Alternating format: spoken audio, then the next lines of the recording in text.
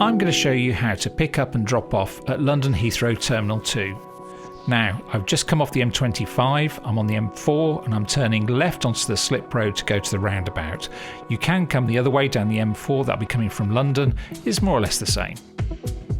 First things to notice here are the ULEZ signs, the ultra low emission zone. Heathrow is within that zone, so if your car is not up to the standard, you'll have to pay to use that zone, and it's a fairly hefty fee if you don't. It's something like £90 or 180 if you don't pay it within a certain amount of days, so please check your car, we don't want you to get fined. Now, I've taken it all the way back to this roundabout because being in the right lane is essential here. There's a lot of people who don't know where they're going, there's a lot of people trying to push in, and if you're in the right lane right from this roundabout, it helps a lot. The two lanes on the right there, you can't turn left into this approach road going to the next roundabout, so it really does help to be in this right lane. Stay in this lane. I've sped it up here, but the actual speed limit is 50 miles an hour, so be careful down here. Also, don't be tempted to use the bus lane on your right. Not only might you get a ticket, but you'll also probably get a bus right up behind you, honking and flashing the lights at you.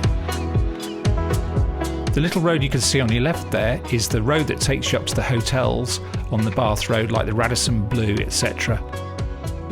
Okay, now time for the infamous tunnel. Again, stay in your lane.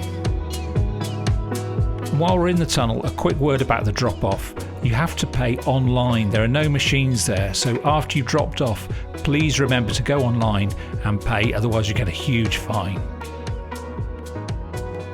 Out into the daylight, and you can see from the signs overhead, the two lanes on the left are for Terminal 3, the two on the right are for Terminal 2.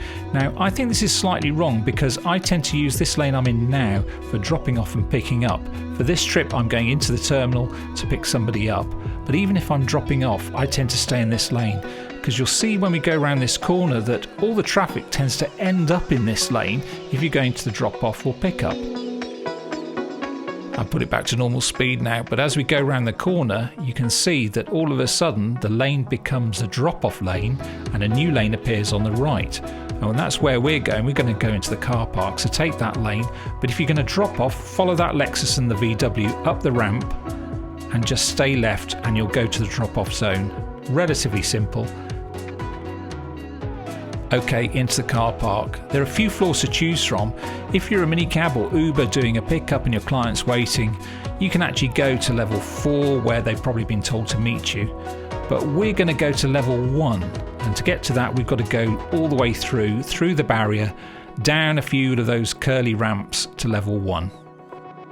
I've sped this up, but I do want to point the readouts at the entrance to the levels that show you how many car spaces are left. I've just slowed it down that you can see that one. Bit hard to see, but it shows that there are spaces on level 1. If you don't see any, then you can park in level 2, but you won't get this real great advantage of parking on level 1. And normally if you see V-classes parked up in the car park, you're in the best place.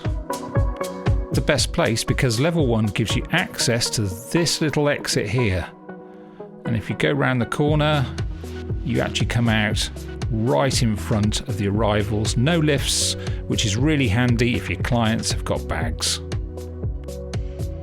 And there you go, really easy. Thanks very much, bye bye.